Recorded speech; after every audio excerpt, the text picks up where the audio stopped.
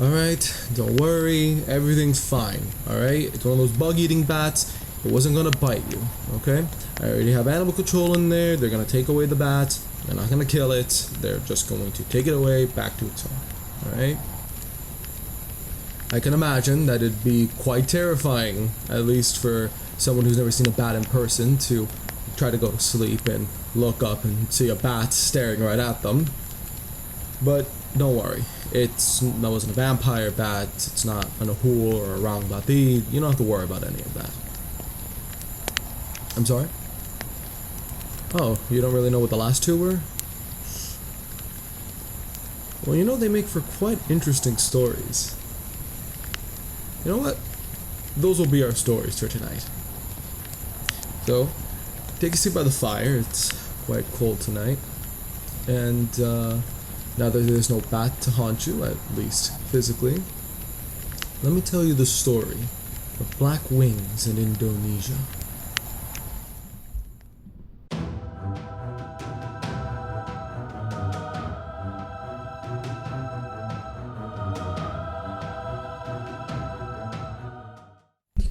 Nusa Ina, Seram, an island that is the very definition of serene. The mother island is surrounded by the most pristine waters that embody the tropical nature of Indonesia. The island harbors countless mountains, dense jungles, and complex cave systems, of which thousands of colorful parrots, bats, and bandicoots call their home. If you were to ever find yourself traversing the jungles of the island, take extra caution, since the Boers have also claimed the island to be their territory, and they aren't very well known to share what they call their land. And if you were to ever encounter an oddly shaped triangle made of bamboo, you should probably stay on the given path. Stray too far may lead to a stick being impaled on your side. You see, the Nuaulu people also call this island their home, and they have perfected the art of craftsmanship. With just a few resources found in the jungle, they can make the most elaborate hunting traps, fit to take out even the most resilient boars. The people have mastered this art to such an extent that they can build a hunting hut in but a few hours, which comes in especially handy when the heavy storms rush in with a dense carpet of rain so thick that it would make Floridian spring weather seem like a simple drizzle. And when you're out for a week hunting, the presence of anything less than the finest of craftsmanship is completely unacceptable. But best for one never to venture near the harrowing caves near Mount Kairatu. For residing within lives hordes of a creature that tribes before the Nuaulu described as harbingers of death. Ones that would terrify the natives to their very core. The Flying Nightmare, the Crimson Kidnapper, the Winged Red Life Robber, the Orang Bati.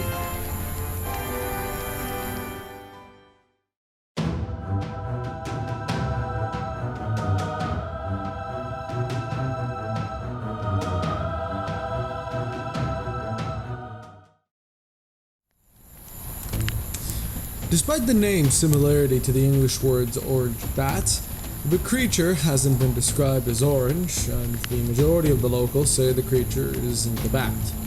Instead, in the indigenous Moluccan language, Orang Bati translates to flying men. While it is mammalian and flies, the creature has always been described as a flying primate. The monsters have been described as being up to 5 feet tall. That's the size of a gorilla standing up. And while their wingspans have never really been described, it could be assumed that they are around 12 feet or even up to 20 feet. But that is assuming that its height to wingspan proportionality is similar to the local flying fox bats. While its size alone is intimidating enough, its horror comes from the one thing the species is infamous for. Raids on nearby villages that result in the capture and consumption of pets, infants, and children. Luckily for the people of Seram, the creatures don't come without warning. The sanguine red skin of the creatures foretell of the blood they are destined to shed, and their black and gray fur and leathery wings reflect the dark omen that the mere sight of the creature presents. Their faces are ape-like, and one report even stated that it was human-like. Their nocturnal nature, however, makes these characteristics difficult to see. And so they let out a darker omen still, a chant of appalling wails the creature emits when preparing for a raid. A wail so horrendous that even the most seasoned warriors are left paralyzed by the thought of coming death.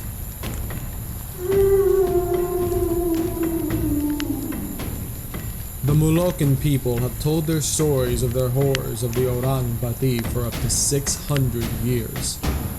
Never once has the terror of the monster left the minds of the people, and the looming threat of death from above for their young ones has never waned through the generations.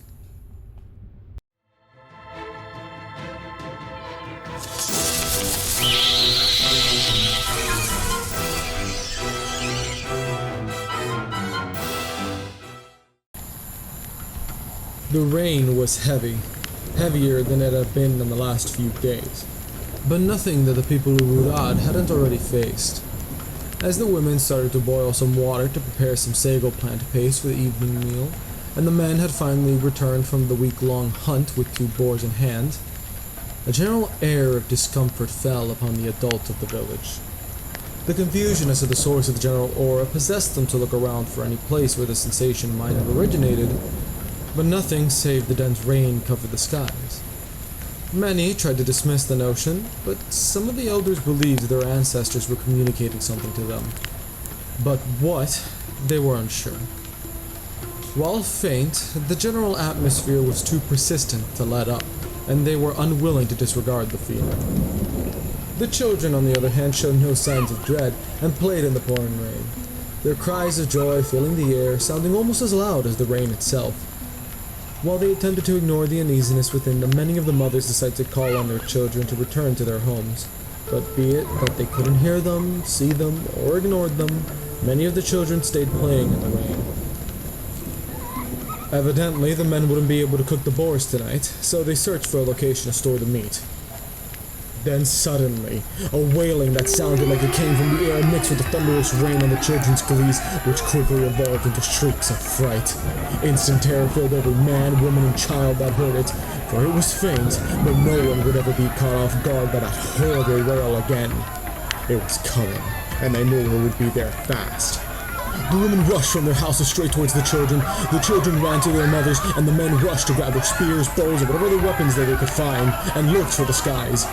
While the noise was faint, it increased in volume. Louder and louder the wailing became, and more numerous than ever before, until the sky was filled with the thunder of the rain and the wails of those terrible monsters. At the apex of the orchestral hell, they began.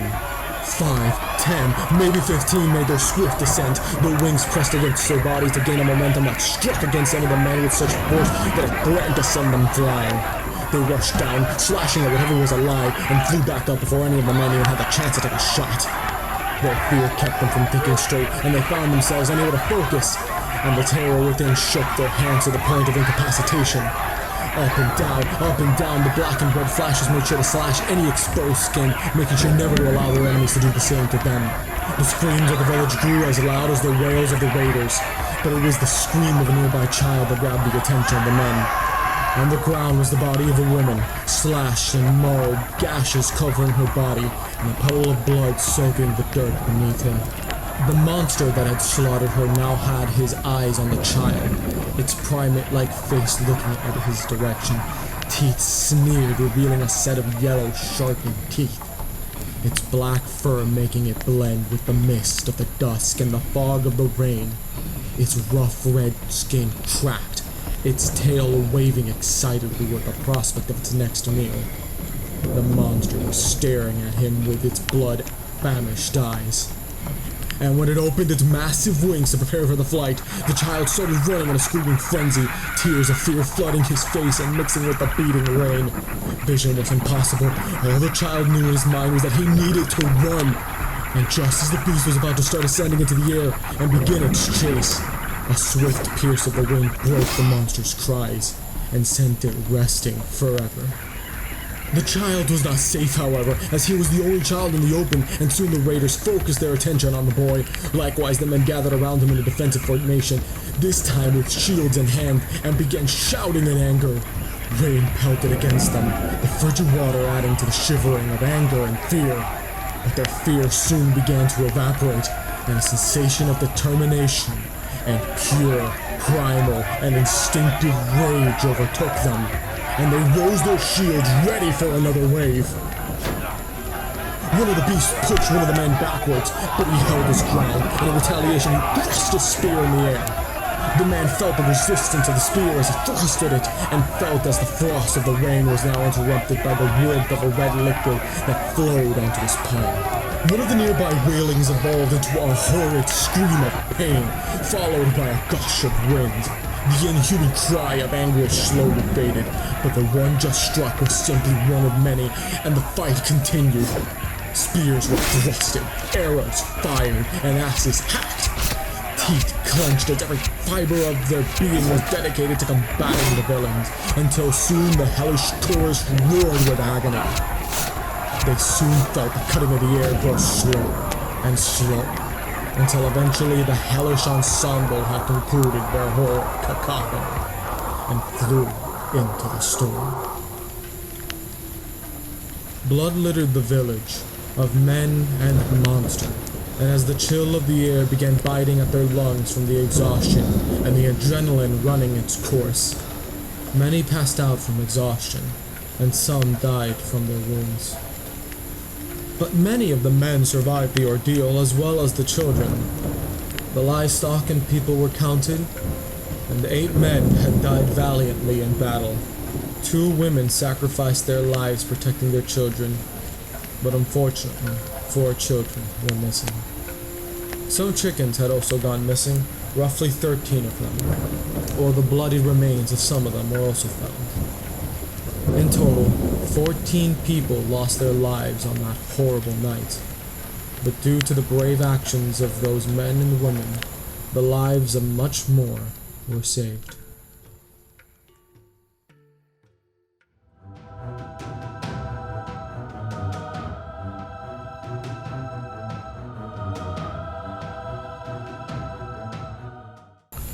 While Suram may be home to the most vicious of apes with wings, the Mother Island is not the only home of massive flying mammals, as there is another, a cousin of the orang Bati that, although not as bloodthirsty and numerous, is likely to send fear into the hearts of the most hardened veterans, who is well known for one distinct feature.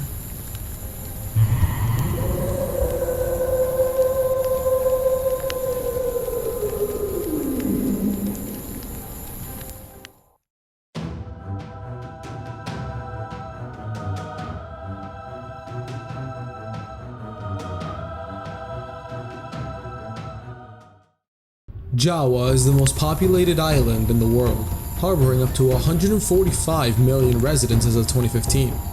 Once home to dense jungles, it has become heavily urbanized, being the center of Indonesia as a whole.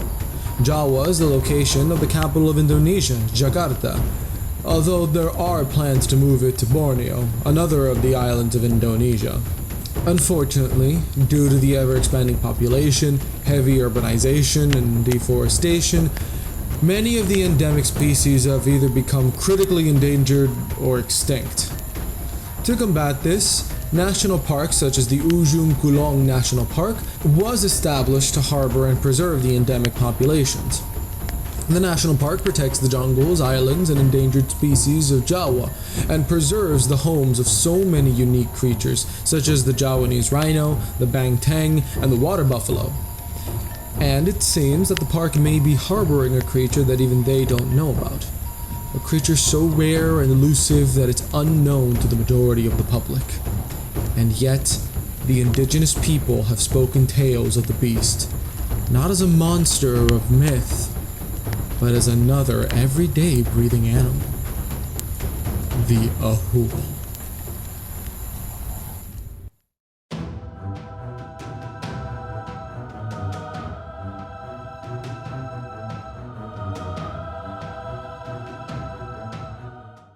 The Ahool, also known by its other names, the Atoll, the Ahool, and the Black Wings of Java, all describe a massive bat indigenous to the Javanese jungles. It gets its name from the distinct howl that it makes, typically echoed in the night, haunting whoever may be listening to the jungle's conversations. It possesses short black fur, aiding in its ability to hide in the shadow despite its behemoth stature. The creature has also been regularly described as having chimpanzee and bat-like facial features, which, given the diversity of bat facial structures, it's not unbelievable that the creature may simply be a primate-looking bat. It has also been described as measuring up to 4 feet in height, with a wingspan of about 11 to 12 feet, although some sources have claimed that it may measure up to 20 feet, or even up to 24 feet, although this is not as commonly reported. This would still make them the largest reported bat-like creature in Java, and if the upper estimate is believed, likely the entirety of Asia or even the world. The creature has been suggested to be primarily a piscivore, as most reported sightings have seen it gliding across rivers to catch fish, making it distinctly different from fruit bats of the local area, since although they share the creature's size to an extent, they're not carnivores.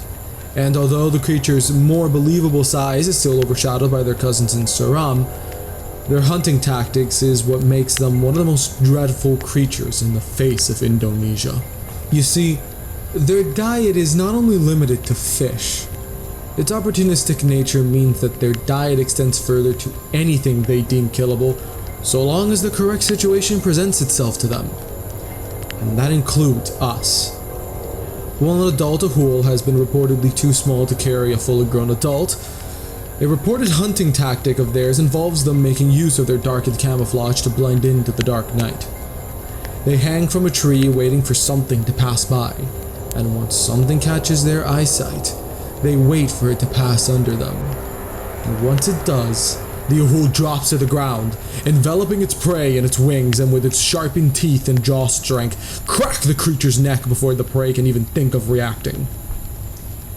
It is no surprise that a human could fall victim to such a tactic, and some Javanese have reported that this has been the case. Apparently, they use this tactic against each other, as apparently the Ahool is also cannibalistic. And to add to the realism, apparently the Ahool also has backward-facing feet, claws on its forearms, and is very territorial, on top of the fact that it's nocturnal, and it hides within caves during the day. And, well, these are all typical characteristics of a carnivorous bat. It's no surprise that its size has led to it developing unique hunting tactics separate from that seen within the Chiroptera order, and its reported solidarity makes it all more estranged, but all the more believable, as being within a pack strains the amount of food an individual can obtain, and a massive size such as that the Ahool possesses may only be supported through plenty of food, of which it may not always have access to if it's within a pack. Altogether, this is one of the most detailed creatures in the entirety of cryptozoology.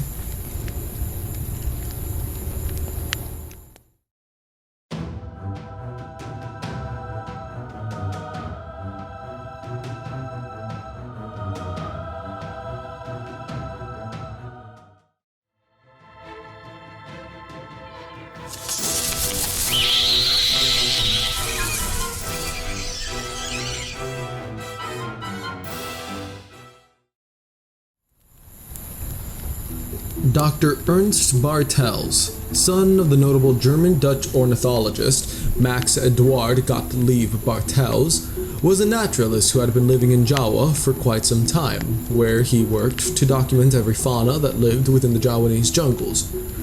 Through his years, he had memorized every cry, yelp, mating call, growl, roar, and everything in between of all the living creatures that lived within the jungles. Or so he had thought.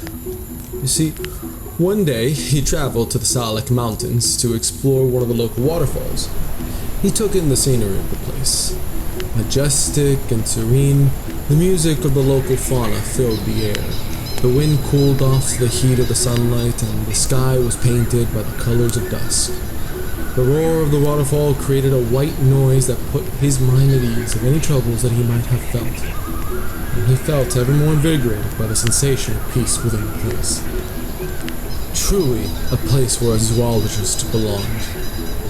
As he continued traversing the jungle, A cry unlike anything Bartels had ever heard pierced through the air.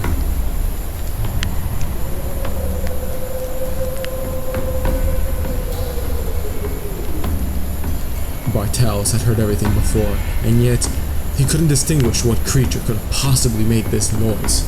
As he stood there pondering and looking for any sources as to the origin of the call, a massive shadow burst from the side of the mountains and threw into the night. Bewildered, Bartels attempted to make sense of what he just saw. A bird? A bat? It was much too large for either. He knew it had wings, but he didn't have enough time to distinguish the specific features.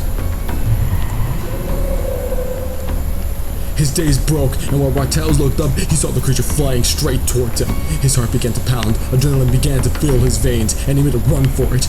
As he heard the creature's wings cut through the air, growing louder and louder, he knew the creature was catching up on him, but he couldn't think of anything else but to run. Right as he heard the creature breathing right behind him and felt the stench of red dog violate his nostrils, he did the only thing he thought he could do. Duck. After a few moments had passed, he heard the creature flying away. He looked up and saw ripples on the river in front of him. He turned his gaze to the skies and saw a giant catfish in the talons of the creature. Glad to see the creature hadn't specifically targeted him, he was still heavily shaken by the event. The fear within him stayed present for quite some time, and he felt as if his heart was about to leap out of his chest at any given time. He was still far too young to receive his first heart attack, but it felt inevitable. After many heavy breaths, he finally regained his composure and decided that the waterfall could wait another day. What was that thing? What on Jawa could possibly hide from his sight for so many years with such a distinct cry? Question after question flooded his mind, and only a few could he answer. He had heard tales of this creature that the locals called the Ahool, but after spending so many years in Jawa with his father, he was finding it downright impossible such a large creature could even exist. And yet, what he had regarded as a myth for such a long time had just chased him, and could have likely killed him if it so wished. What would it have done if it had not spotted the fish? Surely a grown man is too large for the creature, so he at least found comfort in the idea that if the creature were to ever return. But the idea of it being harmless was never taken into consideration. Taking some time to meditate, he was certain that the creature was more bat-like than bird-like. Its wings were leathery, and the putrid stench of moisture was indicative of back cleaning habits. Its obvious size was one of the most notable features of all. But if it was simply a giant fruit bat, that would be one thing. Jawa is home to the largest bats in the world, so there being another even larger species that resides within the same area would be of no significant surprise, despite it clearly looked to be at least double the size of the flying fox bat. No, that's not the significant feature that perplexed the zoologist. The face was. You see, all species of large bats in the island were megabats, which all have distinctly elongated snouts similar to that of a dog, but they're specifically perfect for sipping nectar and eating fruit. But this one had a flat face, a feature similar to that of an ape. Combined with its apparent carnivorous habits, and this was clearly a species of microbat. But how could it have gained such a massive size? Where did it come from? Are there other massive species of microbats that he was unaware of in this island? How much more do the natives know about this creature? More and more questions filled his mind, and soon his curiosity completely dampened any sensation of terror that he had felt, as is the nature of an adventure zoologist. This was 1925, and the famed zoologist would never forget his encounter. And just when he was about to question the reality of the event, only 2 years later was he reminded of the terror of his memories.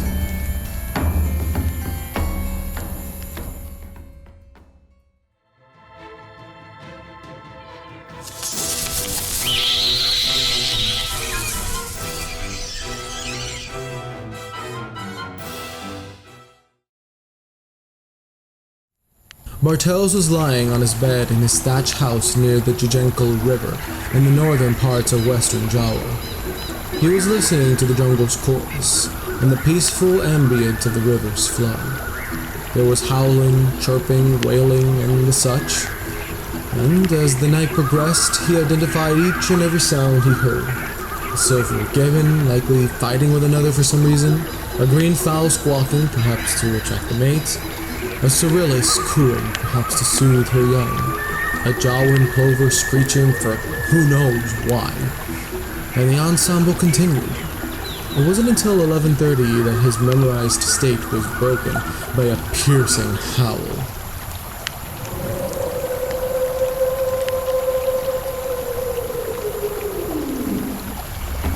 Bartels jumped from his bed, and it sounded as if it was right on top of him. He knew exactly what it was, but he needed to see it again. Despite how much the memory terrorized him, he had to be certain he saw the creature again, lest he think himself mad.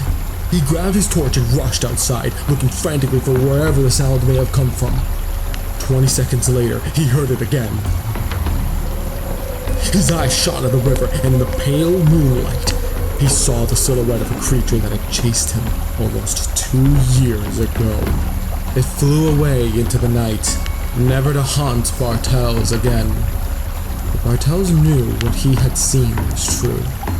He knew the presence of such a beast was real, and that he was mistaken for doubting the claims of the natives all those years ago.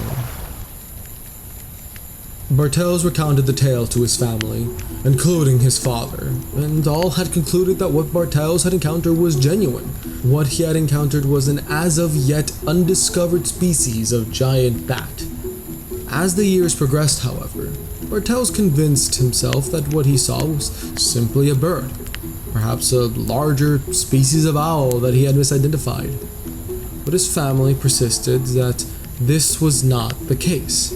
They knew of Dr. Bartels' knowledge of the indigenous species, and that it would be highly unlikely that he would misidentify any creature by sight, much less by sound, even in the night. This was his specialization, and even his father doubted the idea that what he witnessed was a bird. The tale of the Ahool lived on to the account of Ivan T. Sanderson, a notable zoologist and famed cryptozoologist who claimed to have encountered a creature not too dissimilar to the one that Bartels had encountered, the Aluashu. However, this encounter was in Africa, specifically in the southern parts of the Republic of Cameroon, and it involved a significantly more perilous encounter. Overall, he was convinced of the Ahool's existence and published Bartel's account, unless it were to fade into obscurity.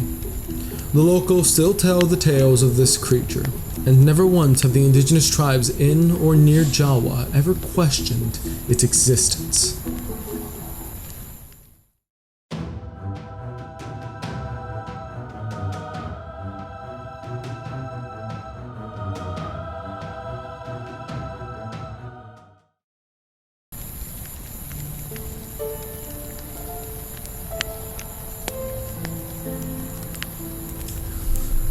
Now, what could the Ahool and the Orang Bati possibly be? Well, there's always the theory of misidentification. Of course, it could have been a bird, a larger than average bird, but not necessarily as massive as the reports had described. Perhaps the fact that it was exclusively seen in the night made the distinct features a little bit more difficult to perceive. It could have also just been a flying fruit bat that was seen from afar. Again, these creatures have been claimed to be nocturnal. Not to mention, these creatures were seen during times that high quality flashlights weren't exactly something that was accessible to really anyone. Even nowadays, it's not that accessible in the more remote parts of Jawa or Saram. So it is very much possible that the locals just saw something larger than average and said that it was an Orang Bati or an Ahool. Basically, they saw a larger than average bat. But of course, there's the problem that Bartels didn't just see it, he heard it twice.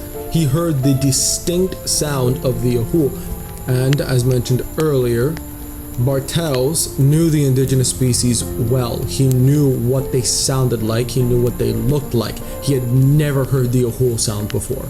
So unless it was something man-made, which he did not think it was, it's hard to say that this was just misidentification through sight. Perhaps misidentification through sound. Maybe the wind went through the wood in a specific manner that made it sound like the Ahool sound.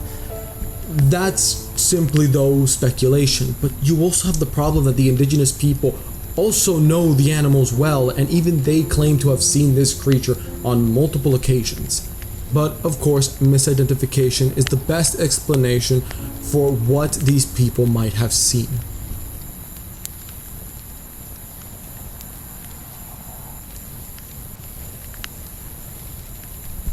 Now, another explanation as to what Bartel and the indigenous people may have seen and may have based their accounts on is they may have simply seen shadows.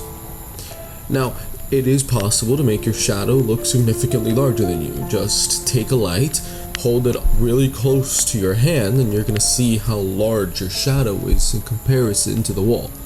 The same thing could have happened with a bird or a flying fruit bat flying near a torch or something. I mean, after all, these creatures have been described as black. Not to mention the orang Bati has been specifically described as being in large groups. If you have a flock of birds flying overhead and you have some sort of light source that makes their shadows look significantly larger, that could very much well describe why the orang Bati has been described in groups. But at the same time, the orang Bati has also been described as directly interacting with humans and taking away children and livestock. But perhaps that's just stories that were inspired by those sightings of the larger than normal shadows.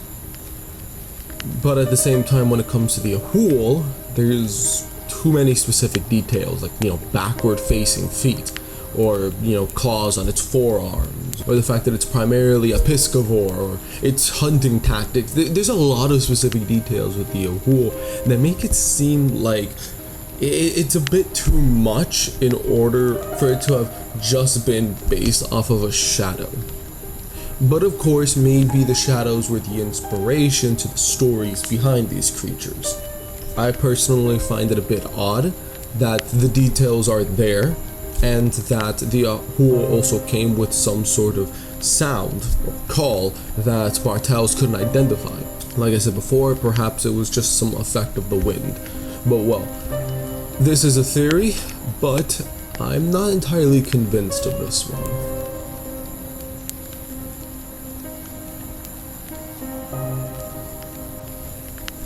Now, of course, the easiest theory of them all, that it was all a hoax, and honestly, it's always going to be the most realistic explanation of them all, coupled with misidentification. Bartel could have simply been lying about his encounter, and the indigenous people could have just been telling stories of these creatures to scare away outsiders to get them to leave. I mean, after all, there are very little to no reported encounters, but that could always be because these creatures are seen in remote areas, places where the indigenous people don't exactly have access to neither high quality cameras or the outside world. So encounters are specifically through word of mouth, and the individuals listening to them are not exactly going to record it and post it on a computer. They don't really have access to one after all. Maybe they can draw it out, but point is, we're not really going to have access to any of that on a regular basis. And either way, why would they still be talking about the creature as if it was still around, since the stories obviously didn't work in scaring away outsiders? I mean, after all, even if someone were to go over there with the indigenous people, it's not exactly like the first thing they're going to be asking about is about the Ahool or the orang Bati. They're there to learn about their culture, the way that they live and the such, right? So that's another reason as to why they encounters may not be as prominent as we think they might be. Not to mention, it's not exactly like we're sending parties to try to find evidence for the creature's existence. Really, we only have speculation based off of previous sightings because there isn't that much effort going into trying to find this creature, or, well, groups of creatures in terms of Sarang. On top of that, the indigenous tribes may not even want to talk about it because they're too scared of it. Of course, this is all assuming that there are more encounters out there that we have no record of. But again, these are creatures that the indigenous people, Jawa and Seram, treat as just another creature. Yes, a creature that they're afraid of, but the same way how indigenous cultures in India were terrified of tigers. You know, the same way that an indigenous tribe in North America would be terrified of bears, or the same way how indigenous tribes in Africa would have been terrified of lions, because this is a predator. So of course they're going to be afraid of it, but it's not exactly like they're going to treat it as some sort of mythical creature. They very much know that it is real, but at the same time, you know, at least when it comes to Jawa and the Ahool, there's been a lot of deforestation. You would think that at some point, some Ahool would have flown over an urbanized area and made itself known. And again, maybe it has, and people aren't reporting their sightings. But either way, you know the way that human nature is.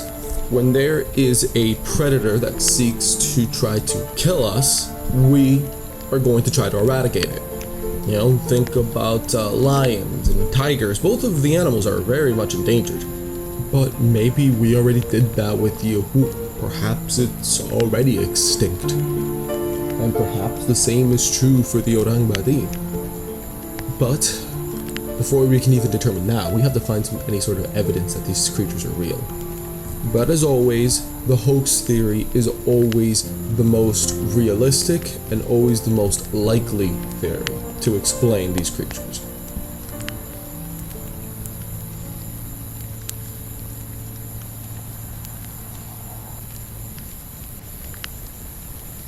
Now, both the Ahool and the Orang Bati have always been described as having chimpanzee-like features. The Orang Bati has always been described as a flying primate, not as a bat. You know, it has even been described as having a bushy tail, although the length of it varies. And there are primates in Indonesia, so that's not unheard of, and there are plenty of canopies, right? So perhaps at some point in time you did have some primates that could have evolved some sort of gliding mechanism that eventually evolved into wings. But the issue is that there is no other primate that has been able to do that. There are some gliding mammals similar to primates in Southeast Asia, but they're really small. And to have creatures that large having evolved the ability to fly, it's possible that perhaps earlier on they were smaller and eventually over time they got larger, but realistically we have no other variants. It was just the Orang Bati and the Ahool which are supersized. We have no sort of smaller, I mean significantly smaller cousin. I mean maybe the size of a gibbon, for example, you know, because the Orang Bati and the Ahool are both the height of a gorilla. We don't just go from lemurs to gorillas and have nothing in between. So realistically, this doesn't seem plausible, but perhaps you want to take the sightings for what they are, which would be flying primates.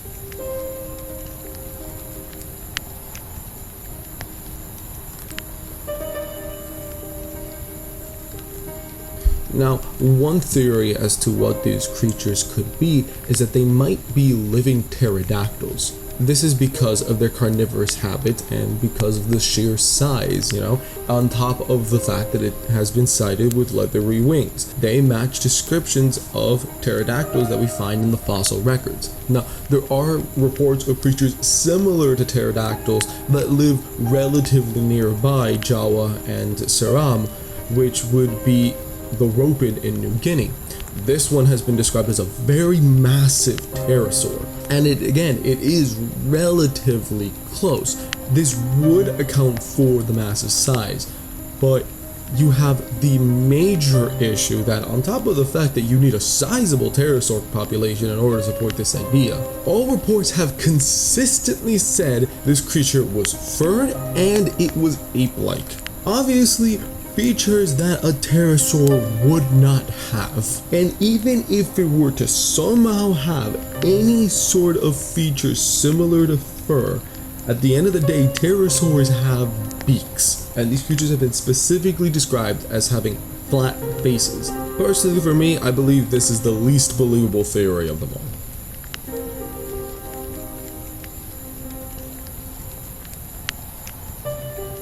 One other possible theory is that these are indeed giant bats, and the locals saw the creatures for what they were. I mean, they're not the only giant bats that have been reported across the world. You have the Alawashu in Cameroon, the bat squash in Washington, you have Camazotz, which was a Mayan death god that was described as a giant bat, the Popobawa of the island of Pemba, the Kansas City winged demon in Missouri. All of these have been reported as giant bats, and it's possible that they may have just went extinct at the hands of mankind before modern day. But of course, there's always the issue of where are the fossil records? And that's another theory, the idea that these giant bats may have gone extinct for whatever reason. The orang bati was known in the 1500s, and sightings have persisted since, but again, we don't have that many recorded sightings, if any. Top of that, the Ahool's massive size would require for it to have plenty of food, and with deforestation occurring in Jawa, it's gonna have significantly less food over time. Now, when it comes to the orang bati and the Ahool going extinct, if these creatures were to be real, I feel like this is the most likely scenario, that they would have gone extinct recently or within the past couple hundred of years, which is relatively recently, technically speaking. And as for the location of the fossilized remains, well, they could be in caves. These creatures were described as being nocturnal, so it is entirely possible that their fossilized remains could be within there, and we just haven't explored it yet. But what?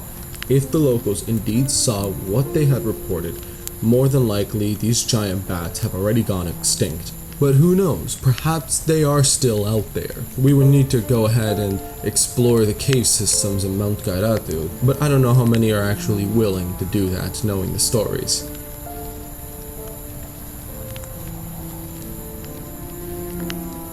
Now, with regards to the Ahool, I do believe the indigenous people did base their claims off of something, although of what I'm not 100% sure.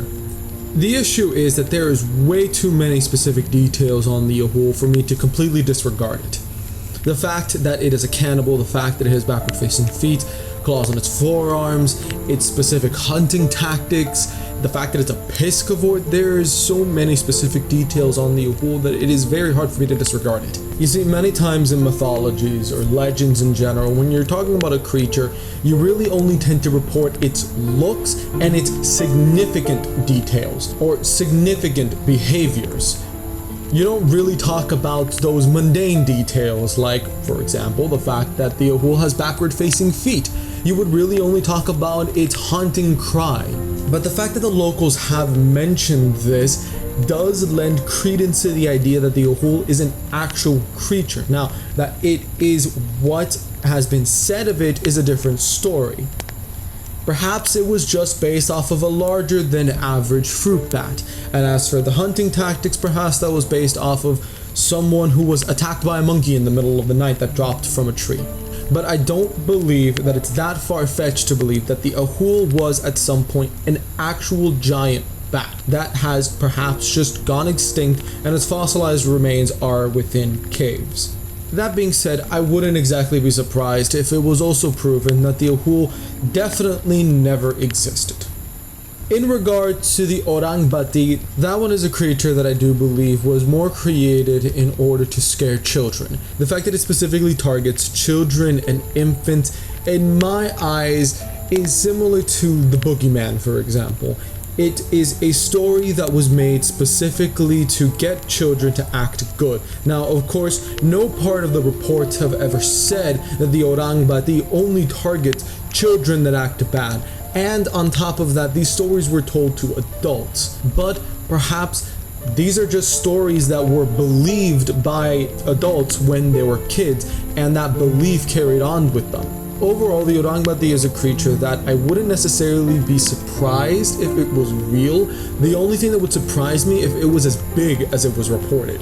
The idea that it is perhaps a giant bat that hunts on livestock such as chickens and maybe takes away infants, that in my opinion isn't entirely far-fetched, but that it's so big that it can carry away toddlers is a bit dramatic in my opinion. And the idea that it could be the size of a gorilla, that in my opinion has to be dramatization, but all of that is my own personal opinion. That being said, I'm curious. What do you believe?